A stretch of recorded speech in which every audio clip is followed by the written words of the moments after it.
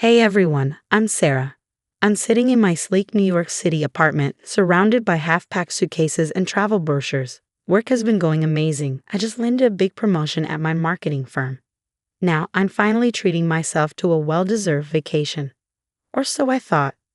Sarah, honey, can you grab my dry cleaning while you're out? My mom's voice crackles through the phone. I roll my eyes. Mom, I'm in New York, remember? I can't just pop by the cleaners for you. Oh right, she laughs. I keep forgetting how successful my baby girl is now. Classic mom, always forgetting that I have my own life. Don't get me wrong, I love my family, but sometimes I feel more like their personal assistant than their daughter. My phone pings. It's a text from my sister Amanda. Hey, can you watch the kids next weekend? Tom and I need a break. I sigh and text back, sorry, Amanda. I've got plans. But you're so good with them. Lily and Max love their Aunt Sarah. Of course they do, probably because I'm the only one who doesn't pawn them off on someone else every chance I get. Just as I'm about to silence my phone, it rings again. This time, it's my younger brother Mike. Yo, Sarah, can I borrow your car next week? Got a big date. Mike, I'm in New York. My car is in storage. Oh yeah. Well, can you rent me one? I'll pay you back. Sure, just like the last 5 times. At 25, you'd think he'd have his act together by now. I flop onto the couch, feeling drained. My best friend Rachel sits next to me, her laptop open to her travel blog. Family at it again, she asks, raising an eyebrow.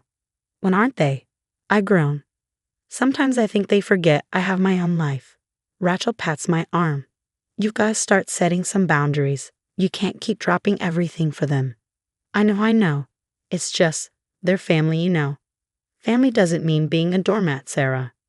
She's right, of course, but old habits die hard. Just as I'm about to respond, my phone rings again. It's Mom. Sarah, honey, I need you to come home right away. It's an emergency. My heart drops. What's wrong? Is everyone okay? We just need you here now. Can you book a flight? Without hesitation, I'm on my laptop, booking the next flight out. I'll be there as soon as I can, Mom. Just hang on. Rachel watches me pack. You sure about this? It's awfully last minute. It's an emergency. I have to go. Little did I know, I was walking right into a trap. When I burst through the front door of my family's house, my heart is pounding. Mom? Dad? Is everyone okay? Silence. I spot Lily and Max playing in the living room, completely oblivious. Aunt Sarah. Lily squeals, running to hug me. Hey, kiddo, I say, distracted. Where's your mom? Max shrugs, not looking up from his toys. They all left. My stomach sinks. Left? What do you mean left? That's when I see it, a note taped to the fridge. As I read it, my blood boils. Dear Sarah, we've gone on a cruise. Watch the kids for 2 weeks. Love, Mom, Dad, Amanda, and Mike. I crumple the note in my fist. You've got to be kidding me. Memories flood my mind. Amanda guilting me into planning her wedding. Mike borrowing money he never repaid. Mom and Dad expecting me to drop everything for their last-minute dinner parties. My phone buzzes. It's Mom. How could you do this to me? I hiss. Oh, Sarah, don't be so dramatic. It's just 2 weeks. I have a job, Mom. I had plans. Family comes first. The kids need you. And what about what I need? Don't be selfish, Sarah. We didn't raise you to be selfish. The call ends, leaving me seething. I look at Lily and Max, feeling torn. It's not their fault, but I can't just let this slide. I open Facebook and my jaw drops. Amanda has posted a selfie on a cruise ship. Child-free vacay, here we come, #blessed. The timestamp? 3 months ago. Next, Mike's post pops up. 2 weeks of free booze. Thanks, sis. My hands shake as I dial Rachel's number. They played me, They played me. I blurt out, my voice cracking. What happened? She asks, concern in her tone. I spill everything, the cruise, the note, the guilt, my family's constant manipulation. I can barely keep my voice steady. Sarah, listen to me, Rachel says, her voice firm. You need to put yourself first for once. They can't keep treating you like this. But the kids are not your responsibility. Your family needs to learn that they can't walk all over you. She's right. I've spent years bending over backwards for them. And for what? What should I do? I ask, feeling lost. Well, Rachel says, a mischievous tone creeping into her voice. You're already packed for a vacation, right? A slow smile spreads across my face. Rachel, you're a genius. I know, now let's plan your great escape. As we scheme, I feel a weight lifting off my shoulders. For once, I'm putting myself first, and it feels damn good. Lily, Max, I call out. How would you like to spend 2 weeks with Mrs. Thompson next door? Their excited cheers seal the deal. It's time for Aunt Sarah to teach the grown-ups a lesson they won't forget. With my heart racing from a mix of anxiety and excitement, I dial Mrs. Thompson. Mrs. Thompson, it's Sarah from next door. I have an unusual favor to ask. To my relief, she agrees without hesitation. Of course, dear. Those little ones are always a delight. But are you sure everything's all right? It will be, I say, my voice filled with newfound determination. With the kids taken care of, I book my flight to London, dipping into my emergency fund. But you know what? This is an emergency of self-respect. I scribble a note for my family. Gone on my own trip. Kids are with Mrs. Thompson. Enjoy your cruise. Sarah. As the plane takes off, I switch off my phone, feeling a rush of liberation. Goodbye, New York. Hello, London. Rachel meets me at Heathrow, grinning from ear to ear. Ready for some revenge tourism? You bet your ass I am, I laugh, linking arms with her as we head into the city. We spend our days exploring every corner of London, posing for silly pictures at Big Ben, stuffing ourselves with fish and chips, and catching a show in the West End. Look at you, Rachel exclaims one evening as we sip cocktails at a rooftop bar. I've never seen you so free. I smile, realizing she's right. For the first time in years, I'm not worried about anyone but myself. Meanwhile, my family's messages pile up in my voicemail. Mom, Sarah Elizabeth, you call us this instant. How could you abandon your niece and nephew like this? Dad, Princess, please, your mother's worried sick. Just let us know you're okay. Amanda. What the hell, Sarah? I trusted you with my kids. You're so selfish. Mike. Yo, sis, Mom and Dad are pretty pissed. Can you, come back or something?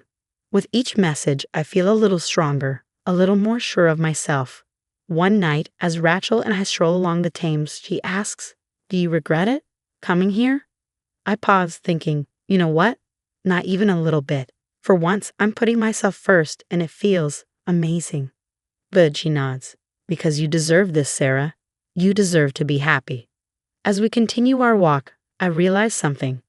This trip isn't just about getting back at my family. It's about reclaiming my life, my independence. It's about becoming the Sarah I always wanted to be. Back at the hotel, I check my special email account.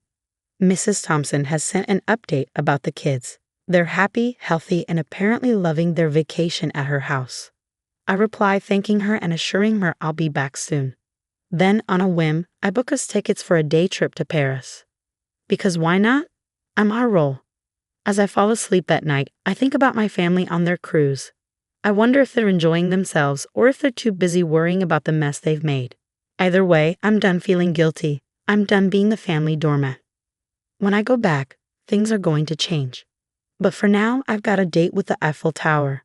I stand in the driveway, suitcase by my side, as my family's minivan pulls up.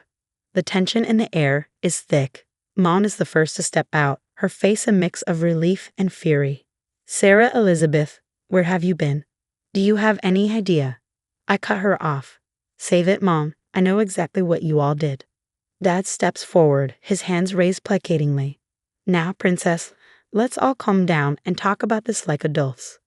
Oh, now you want to talk like adults? That's rich. Amanda pushes past them, her face red with anger. How could you abandon my children like that? I trusted you. I can't help but laugh. Trusted me? You mean you manipulated me? All of you did. Mike hangs back, looking uncomfortable. Come on, sis. It wasn't that big a deal. Not a big deal. I explode. You lied to me. You took advantage of me again. Mom tries to interject. We didn't lie. We just. Just what, Mom? Conveniently forgot to mention your month-long, pre-planned vacation. Their faces fall as they realize I know everything. How did you find out? Dad asks quietly. Social media exists. Dad, you should try it sometime. Amanda steps forward, her anger melting into desperation. Sarah, please. Tom left me. He said he couldn't be with someone who tricked their own sister. I feel a twinge of sympathy, but push it down. That's not my problem. Amanda. Mike pipes up, yeah, well, Jess dumped me too. Said I was immature and selfish. Gee, I wonder why, I mutter. Mom and Dad exchange glances. Sarah, honey, Mom begins. We've been getting calls from everyone. Aunt Marge, Uncle Pete, even Pastor Jim. They're all so disappointed in us. Welcome to the club, I say coldly. Dad sighs heavily. We messed up, Princess. We see that now. Can't we just go back to how things were? I shake my head firm. No, we can't. Things are going to change around here. I lay out my new rules. No more last-minute favors. No more guilt trips. No more taking advantage of my kindness. They listen in stunned silence. And one more thing, I add. I'm moving to London for a year. My company offered me a position there, and I'm taking it. Mom gasps. But Sarah, what about your family? What about me? Mom, don't I deserve to put myself first for once? As I turn to leave, Amanda grabs my arm. Sarah, please, I need you. The kids need you. I gently remove her hand. You'll figure it out, Amanda. You're stronger than you think. I walk away, feeling lighter than I have in years. As I reach my car, I hear Dad call out, will we still see you? I pause, then turn back. That depends on you. Show me you can respect my boundaries and we'll see. As I drive away, I catch a glimpse of them in my rearview mirror. Mom and Dad holding each other, Amanda wiping away tears, Mike kicking at the ground. Part of me aches for them, but a bigger part knows this is necessary. 6 months later, I'm thriving in London. My job is challenging and rewarding, and I've made amazing friends. Rachel visits often, and we laugh about how far I've come. Back home, things are tough. Amanda is struggling as a single mom. Mike finally had to get a job and move out, and Mom and Dad are dealing with the social fallout of their actions. We talk occasionally, and I can sense they're trying to change. As I sip my tea and look out over the London skyline, I realize something important. Sometimes the kindest thing you can do for your family and for yourself is to set boundaries and stick to them. It's not always easy, but it's worth it. Because at the end of the day, you've got to be the hero of your own story. The story's over, folks. Now I've got a question for you. Have you ever had to cut ties with toxic family members? How did it impact your life? Share your experiences in the comments below. If this story resonated with you, don't forget to hit that like button and subscribe for more real-life drama and revenge tales. Your support keeps these stories coming.